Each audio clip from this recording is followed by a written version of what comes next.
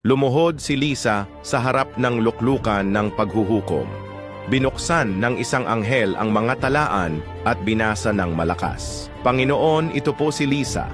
Sa edad na 25 mo, itinaas niya ang kanyang mga kamay sa pagsamba sa mga pagtitipon, ngunit hindi niya pinatawad ang mga nakasakit sa kanya. Sa edad na 35 mo, nainggit siya sa mga pagpapala ng iba, ngunit hindi siya naging mapagpasalamat sa kanyang sariling tinanggap. Sa edad na 45, tinalikuran niya ang mga pangangailangan ng kanyang mga kapitbahay, ngunit gumugol ng malaki para sa sarili niyang kalayawan. Hindi siya kailanman tunay na nagsisi, at ang kanyang pangalan ay hindi natagpuan sa aklat ng buhay.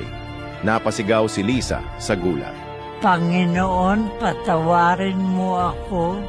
Si Jesus ay nakaupo sa trono. Ang kanyang tinig ay nyanig ang langit at lupa. Kailan may hindi ko kayo nangakilala, magsilayo kayo sa akin, kayong manggagawa ng katampalasanan. Si Lisa ay nahulog sa nagliliyab na apoy sa takot. Ang paniniwala sa Panginoon ay hindi lamang tungkol sa pagdarasal o pagdalo sa mga pulong. Tanging ang tunay na pagsisisi ang makapagdadala sa iyo sa kaharian ng langit. Huminto ka ng 30 segundo. Isang tanong na walang makakatakas. Kapag huminto na ang iyong paghinga, saan mapupunta ang katawan mong dati mong ipinagmamalaki? Ang makinis mong balat na madalas mong ipagyabang?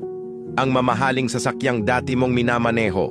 Ang magandang bahay na tinirhan mo? Ang kayamanang ipinagmayabang mo? Kahit gaano pa kaganda ang iyong mukha, kagwapo mong tingnan, kataas ng iyong posisyon o kalaki ng iyong pera sa bangko, sa huli, ikaw ay magiging isang walang silbing bangkay.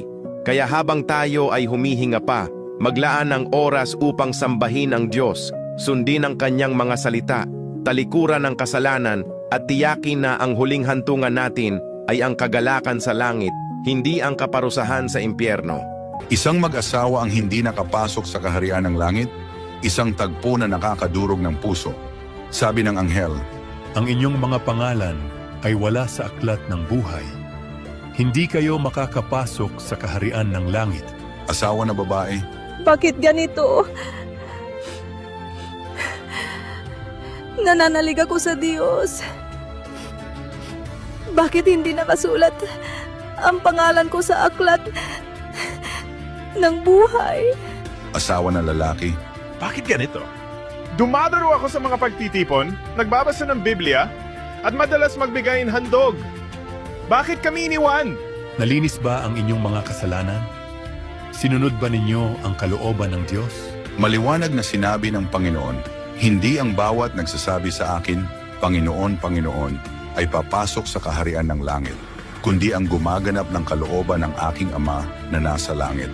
Sinasabi mo ba ng amen sa mga salita ng Panginoon? Ibahagi mo ang iyong saloobin at ibahagi ito sa marami upang maligtas ang maraming kaluluwa.